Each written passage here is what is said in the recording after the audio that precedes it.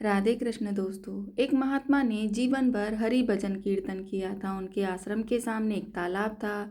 जब उनका अंत समय आया तो उन्होंने देखा कि एक बगुला मछली पकड़ रहा था। उन्होंने बगले को उड़ा दिया। इधर उनका शरीर छूटा तो नरक में जाना पड़ा। उनके चेले को स्वप्न में दिखाई दिया कि वो कह रहे हैं, बेटा, हमने जीवन भर कोई पाप नहीं किया, केवल एक बगुले को उड़ा देने मात्र से नरक मिला है मुझे। लेकिन तुम सावधान रहना। जब इस शिष्य का भी शरीर छूटने का समय आया तो वही दृश्य पुनः आया। बगुला मछली पकड़ रहा था। गुरु का निर्देश मानकर उसने बगुले को नहीं उड़ाया। मरने पर वह भी नरक पहुंचा। तब एक गुरु भाई को आकाशवाणी द्वारा पता चला कि गुरुजी ने तो बगुला उड़ाया था, इसलिए नरक गए। हमने नहीं उड़ाया इसलिए नरक प्राप्त हुआ है, पर तुम बच के रहना। जब इन गुरु भाई की मरने की घड़ी आई तो संयोगवश पुनः बगुला मछली मारता दिखाई दिया। गुरु भाई ने भगवान को प्रणाम करते हुए प्रार्थना की, भगवान, आप मछली में हो, आप बगुले में भी हो। हमें नहीं मालूम कि क्या सही है और क्या गलत, पाप क्या है पुण्य क्या है, हमें नहीं पता। आप अपनी व्यवस्था स्वयं देखें, मुझे तो सिर्फ आपके चिंतन से मतलब है। बस इतना कहकर जब इनका शरीर शांत हुआ तो वैकुंठ की प्राप्ति हुई। श्री नारद ने भगवान से पूछा, भगवान, अंततः वे नरक क्यों गए?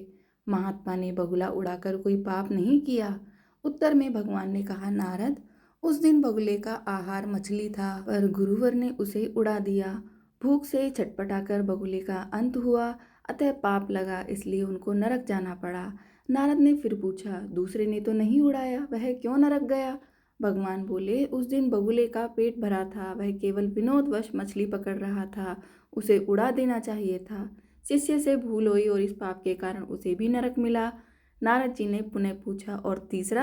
भगवान ने कहा, तीसरा मेरे भजन में लगा रहा, उसने सारी जिम्मेदारी मुझको सौंप दी। जैसा होना था वैसा ही हुआ, किंतु मुझसे संबंध जोड़ने के कारण और मेरे ही चिंतन के प्रभाव से वह मेरे धाम को प्राप्त हुआ। कहानी से सीख, पाप पुण्य की चिंता में समय न गवाकर जो निरंतर हरि चिंतन में लगा रहता है वह मेरे परम धाम को प्राप्त होता है। जितना समय हमारा मन भगवान के नाम रूप लीला गुण और धाम में रहता है वह केवल उतना समय ही पाप से मुक्त रहते हैं। इसलिए सदैव हरि नाम लेते रहें, हरि चर्चा करते रहें, हरि कथा सुनते रहें। श्रीमन नारायण नारायण हरि हरि, जय जय नारायण नारायण हरि हरि।